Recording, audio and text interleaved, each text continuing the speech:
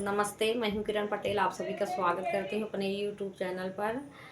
आज मैं एक नाच गीत लेके आई हूं, आप लोग फुल वॉच कीजिए। हमारा वॉच टाइम पूरा नहीं हुआ है, प्लीज़ आप लोग पूरा कीजिए। तेलावा का पैसा नाही जेबावा में, काहे लिहला बुलाटिया दहे जावा में, काहे लिहला बुलाटिया दहे जावा में। तेलावा का पैसा नाही जेबावा में, काहे लिहला बुलाटिया दहे जावा में, काहे लिहला बुलाटिया दहे जावा में। घर ही में रहू रानी दीनावा औरतिया, घर ही में रहू रानी दीनावा औरतिया।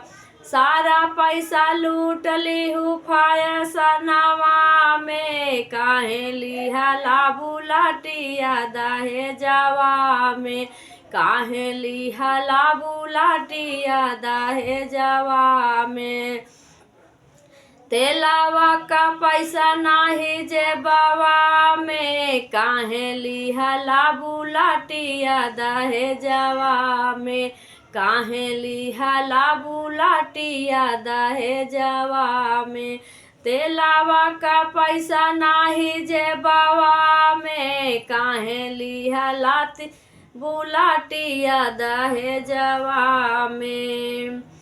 लिहला तू मुँह मांगया अपन की मातिया, लिहला तू मुँह मांगया अपन की मातिया। मेहरियु सम्हारई में छूटत बाही मातिया, मेहरियु सम्हारई में छूटत बाही मातिया।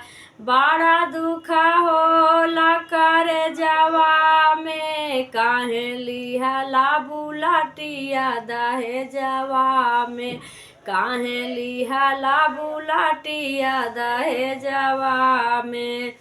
तेलावा का पैसा नाही जेबावा में, काहे लिहला बुलाटिया दहे जावा में, काहे लिहला बुलाटिया दहे जावा में।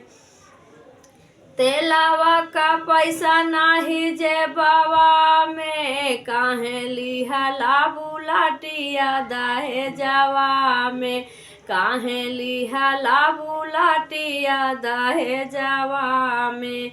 नया नया कपड़ा तू धारू रानी कीन के, नया नया कपड़ा तू धारू रानी कीन के। ससुराल में की हो शूटिंगिया फिल्म के, ससुराल में की हो शूटिंगिया फिल्म के।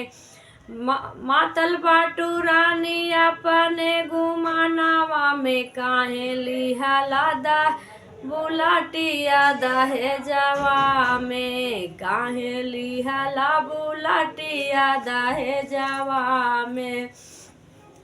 तेलावा का पैसा नाही जेबावा में, काहे लिहला बुलाटिया दहे जावा में, काहे लिहला बुलाटिया दहे जावा में।